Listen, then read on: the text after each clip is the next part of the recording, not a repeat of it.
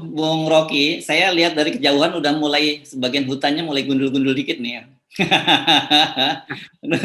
Ini banyak orang yang merasa apa ya, melihat foto-foto rumah Anda kemudian di kejauhan mulai gundul gitu diterabas oleh traktor, banyak orang yang sedih juga gitu, dan saya sendiri yang berkali-kali ke situ jadi bisa membayangkan betapa saya juga akan kehilangan nih suasana hijau itu.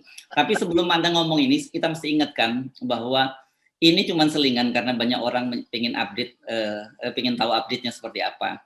Jangan sampai nanti gara-gara urusan rumah itu rumah di Sentul Anda sibuk cuma ngurusin itu, lupa lagi memberikan kritik terhadap pemerintah. Kalau rumah Sentul ini selingan doang, ini semacam politeimenya di situ. Tapi kritik tetap jalan. Ya memang itu tinggal 50 meter tuh apa namanya bulldosernya. Tapi dia lagi berhenti di situ istirahat. Mungkin ada perubahan pikiran Sentul. Tapi tetap ini kasus akan berlanjut. Dan saya justru saya gembira nih karena dalam 2 hari ini saya dapat, kan ada cebong-cebong bilang saya mau di penjara dan rumah saya akan digusur, akan tinggal di pinggir jalan. Nah ini saya justru dalam 2 hari ini saya dapat tawaran kira-kira, coba saya ingat ya, 16 rumah dari teman-teman yang silakan bro, lu pakai rumah gue nih. Jadi ada 16 rumah saya punya sekarang nih. Terus dapat ini ajaib nih. Ada satu villa besar juga ditawarkan di daerah Puncak oleh seorang musisi top. Nah, bisa tebak-tebak tuh. Bro, lu pakai nih tempat gue nih, suka-suka lu. Kalau digusur. Jadi udah berapa tuh? 16, udah 17 kita. Terus apartemen kira-kira 4 apartemen udah disiapin buat evakuasi saya juga dari teman-teman. Lalu ada pengembang, ini lucunya, ada pengembang, dia punya pengembang daerah Bogor situ. Dia bilang, ini ada 2 rumah couple, tapi rumah sederhana Pak Rocky. Pakai aja Pak Rocky. Jadi dalam 2 hari saya udah punya 37 unit rumah. Jadi nggak ada soal gituan.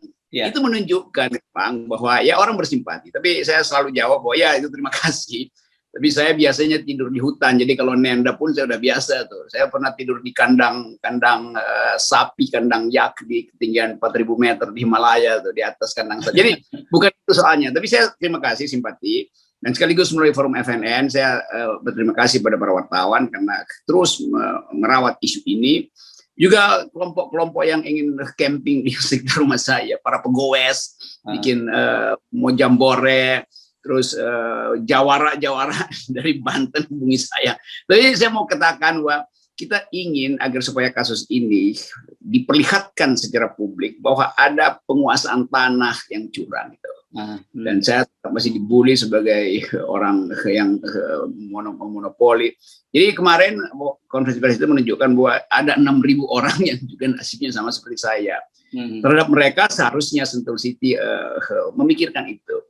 Saya bahkan bisa tawarkan, silahkan gusur rumah saya kalau Sentul City butuh itu, tapi jangan gusur kampung di bawah saya, itu ada 6.000 orang. Kalau saya masih bisa pindah-pindah, saya banyak dapat rumah justru, jadi berlebih rumah saya tuh.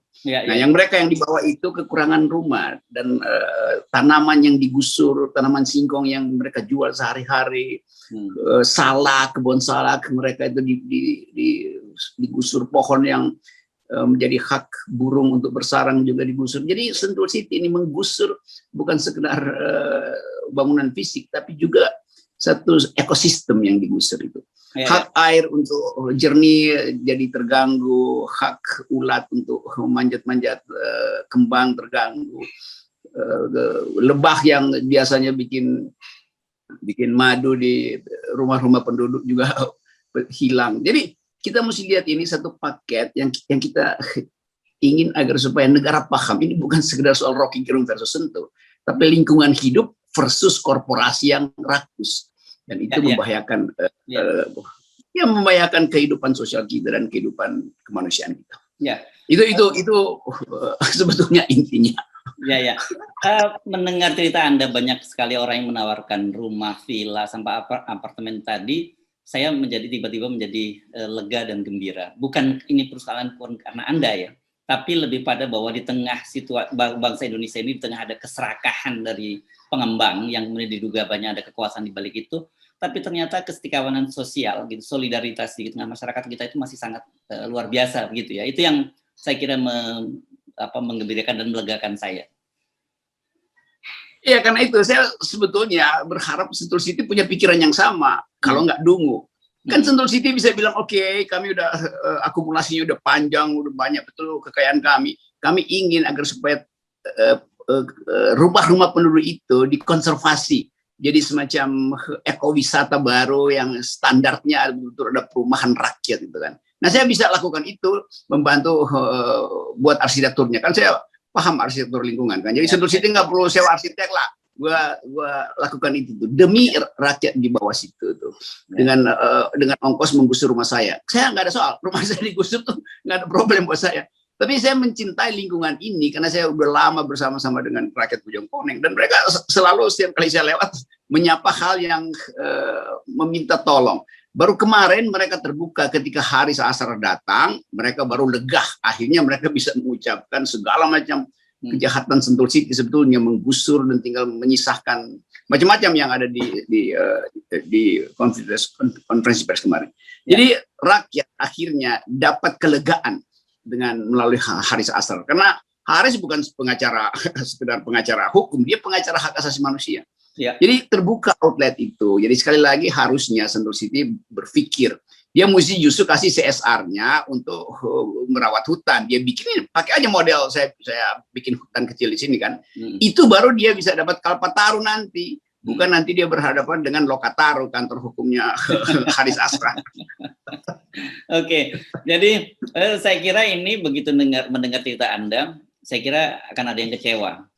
Karena soal ini kan katanya ini paling-paling ini ya juga cebongan ini yang menyatakan bahwa paling-paling nanti Anda akan nangis-nangis minta tolong pada Pak Jokowi gitu supaya tanahnya nggak digusur gitu. Ternyata Anda malah gembira. Ini saya kira membuat para cebong kecewa dengan sikap Anda. Iya, cebong yang kurang rumah. Hari ini saya punya 37 rumah potensial buat mereka yang nggak punya rumah. Saya kasih tuh. Saya akan bilang saya kelebihan sumbangan, jadi saya mau kasih ke mereka aja tuh, itu. Ya. Kan mesti begitu. Dengan cara itu saya membantu mereka supaya nggak terus-menerus menjilat Pak Jokowi gitu kan. Itu kan mau jadi komisaris buat segala macam. Jadi silahkan datang ke sini, saya kelebihan sumbangan, nanti saya bagi-bagi ke para cebong. Supaya mereka ikut gembira. Nah, satu lagi kegembiraan saya adalah bahwa janji Allah itu benar, bahwa katanya di balik kesulitan itu akan ada kemudahan. Kalau ini bukan kemudahan lagi dong kalau ada sampai 37 rumah yang ditawarkan ini. Dan hari ini saya yakin masih akan bertambah ya tawaran itu ya. Iya, jadi kita bisa minta tolong negara untuk mendistribusikan. Kebanyakan sumbangan saya. Oke, mau lagi sekarang pindah ya, karena seperti janji kita jangan waktu kita dihabiskan dengan persoalan rumah Anda, dan bukan persoalan sih karena kita jadikan itu politainment tadi ya jadinya. Ini berkaitan dengan saya jadi tiba-tiba kasus ini mengingatkan saya pada judul sebuah film yang Kejar Ladaku Kau Tangkap. Kalau ini bentangkanlah spanduk dan kau kuciduk gitu. Karena kemarin kan beberapa hari 2 hari atau kemarin saya lupa, ketika sejumlah mahasiswa ini membentangkan semacam poster, ya belum spanduk lah, poster kecil ketika Pak Jokowi berkunjung ke UNS Solo, tiba-tiba mereka diciduk oleh aparat keamanan. Dan setelah saya perhatikan sebenarnya spanduk posternya itu biasa-biasa aja gitu, minta benahin KPK. Nah, ini jadi menarik karena ini jadi pola kelihatannya udah mulai pola baku. Sebelumnya di Blitar ya, ada peternak yang minta harga jagung bisa dibuat wajar buat para mereka. Nah, mereka juga ditangkap oleh polisi. Saya jadi bingung nih, kalau kita nonton film Amerika gitu, biasanya FBI atau pasukan Secret Service itu nangkep orang yang kelihatan misalnya tangannya ke dalam ini karena dikira senjata. Kalau ini kan udah jelas spanduk ada tulisannya gitu, kenapa masih ditangkap gitu? Waduh, saya bersimpati pada Pak Jokowi sebab beliau lebih parah dari saya.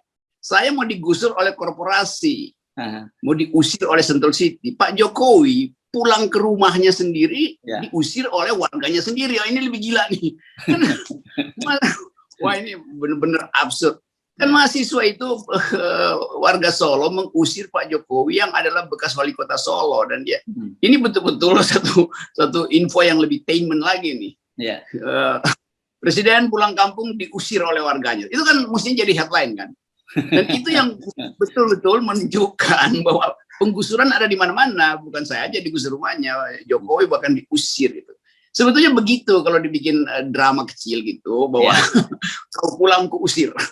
Jadi tinggal kita cari kenapa Pak Jokowi diperlakukan begitu, kan itu sebetulnya intinya. Nah itu artinya kita membaca ada aktivitas masyarakat sipil yang lolos dari ada kan pengamat masyarakat sipil ini apa watch itu ya, Civil Society Watch ya. Ya, Civil Society Watch yang diolah oleh para coro itu kecolongan. Kan rakyat Solo melalui mahasiswa akhirnya mengucapkan kritiknya melalui spanduk-spanduk itu. Jadi penolakan pada Pak Jokowi itu harus dibaca sebagai penolakan konseptual berdasarkan pemetaan di Solo sendiri. Kan mahasiswa pasti bikin pemetaan dulu kan bahwa oke, ini publik Solo tidak menghendaki berbagai kebijakan dari Presiden Jokowi yang berasal dari Solo. Lalu terucap melalui spanduk itu. Nah mestinya itu yang jadi bahan perundungan tuh, bukan menangkap, bukan segala macam itu.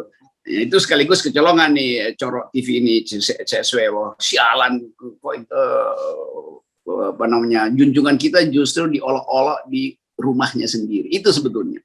Itu akibat dari sebetulnya ini nggak ada unsur personal kan, Pak Jokowi kan datang ke situ sebagai presiden, maka dikritik oleh spanduk, bukan sebagai warga Solo atau yang punya rumah di Solo. Kita bedain antara Pak Jokowi sebagai penduduk Solo dan Pak Jokowi sebagai presiden RI. Jadi itu musinya tuh. Jadi jangan tersinggung lah Corok TV ini kalau junjungannya itu diusir dari rumahnya sendiri. Pulang kampung diusir.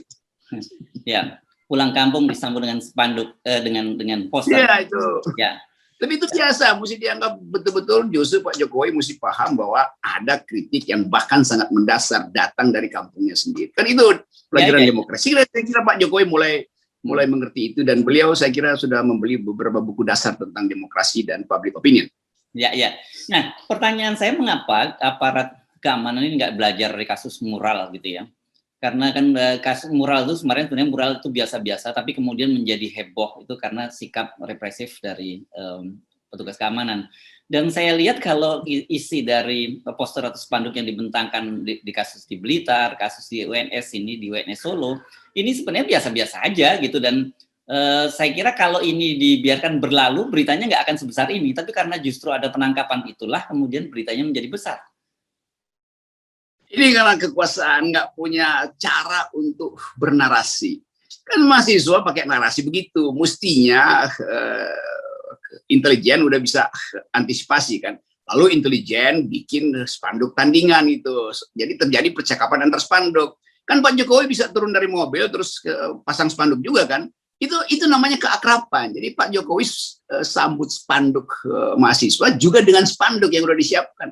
Pak Jokowi tentu lebih mampu untuk mengantisipasi bahwa akan ada spanduk. Bisa bikin beberapa versi lah supaya selalu di mobil Pak Jokowi jangan tas bansos doang yang ada di situ buat siap-siap dilempar. Spanduk juga disiapkan supaya terjadi pertandingan spanduk antara presiden dan rakyat. Itu lebih menggembirakan. Ini bisa serius. Kalau nggak bisa bikin kalimat, saya bantuin bikin kalimat buat istana. Atau sebenarnya bisa dilakukan seperti ketika Pak Jokowi berkunjung ke NTT pada waktu itu, ada masa yang berteriak 3 periode dan Pak Jokowi berhenti dan kemudian memberikan jaketnya kepada si orang yang berteriak 3 periode gitu. Kalau ini mahasiswanya kemudian diberi jaket Pak Jokowi, saya kira ini bakal keren banget itu. Iya, itu yang namanya happening art di dalam ilmu estetika, happening art. Jadi Pak Jokowi bisa siapkan joke, bisa siapkan kejutan itu. Turun aja kan, kalian mau apa sih? Mau 3 periode atau 3 kotak bansos? Kan bisa begitu sebetulnya kan. Jadi lebih mudah kita sebetulnya untuk berbicara tentang keakraban warga negara kalau nggak ada semacam ancaman. Jadi semakin diancam, mahasiswanya semakin nekat buat bikin poster lebih gede lagi. Itu yang nggak dipahami oleh presiden atau oleh pembisik-pembisiknya yang dungu itu kan. Kan mestinya ada kegiatan lain yang disebut counter culture, dan itu yang harusnya disiapkan oleh istana. Jadi istana ini nyiapin hal yang sekedar standar, nanti ada amplop dilempar-lemparin, bukan itu. Harusnya ada pamflet atau sebut aja ada teks pidato presiden yang udah dibikin bagus itu oleh stafnya, itu juga yang dilempar-lemparin ke mahasiswa supaya mahasiswa berebut, wah ini Pak Presiden ternyata udah bisa bikin teks yang bagus ya, kan begitu. Itu jadi percakapan. Tapi saya lebih cocok mobil presiden itu siapin beberapa spanduk pendek atau bendera atau ya plakat-plakat supaya itu yang dipamerkan ke publik, sehingga terjadi perang mural, perang spanduk antara istana dan rakyat. Itu justru akan menarik turis, karena belum pernah di dalam sejarah dunia ada perang spanduk antara penguasa dan rakyat. Saya kira ini Pak Jokowi mulai kehilangan sikap genuinnya dulu ya, ketika beliau masih jadi wali kota di Solo, yang katanya luar biasa sekali bisa bercakap-cakap terhadap para pemprotesnya gitu dengan santai, bisa makan siang. Sekarang yang terjadi malah mengerahkan para aparat keamanan untuk menangkapi para pengunjuk rasa. Sebenarnya bukan pengunjuk rasa ya kita sebut itu. Mereka itu sekedar apa ini namanya? Happening art saja lah ya itu ya. Happening art, ekspresi sesaat, yang juga mahasiswa itu kan cuma nunggu reaksi doang. Dia kan nggak sungguh-sungguh juga. Iya. Ada mahasiswa itu selalu punya dua kegiatan akademis yang ketat secara metodologis, dan kegiatan humoris yang memang itu watak dari mahasiswa. Kan itu yang mestinya dibaca oleh istana. Ini istana memang nggak punya ensiklopedi tentang apa namanya hidup sebagai mahasiswa dengan kegembiraan politis gitu kan. Itu soalnya. Ya. Nanti dia omongin di kantin-kantinnya kan, ya kita kerjain dia dan kita ditangkap, hore enak berita lagi itu kan begitu aja. Kita semua pernah lakukan itu. Sambil main gaple dia ledek-ledek presiden kan. Dan itu harus standar di dalam kehidupan kehidupan bermartabat ya begitu, kehidupan demokratis ya itu. Apalagi mereka tahu gimana dulu Pak Jokowi ngundang-undang namanya pendoponya untuk bercanda-bercanda, kok sekarang pakai jarak sih, kira-kira begitu. Ngeyel-ngeyelnya Mas Yosolo tuh. Ya. Jangan-jangan mereka berpikir Pak Jokowi kalau bagi sembako nggak perhatiin prokes, tapi kalau diunjuk rasa tapi prokes banget gitu. Jaga prokes banget. Iya. Itu umpan-umpan begitu, namanya umpan-umpan lambung itu yang mesti bisa dibaca oleh tim presiden. Itulah. Oke, Bung Rocky. Jangan lupa kalau hari ini, saya kira mungkin Anda butuh sekretaris untuk membuat daftar sumbangan ya, sumbangan rumah. dan mereka rupanya banyak juga salah paham ya, dikira Anda begitu rumah di Sentul ini digusur, Anda langsung jadi homeless gitu. Yang terjadi sementara ini home alone. Tapi sekarang enggak home alone ya.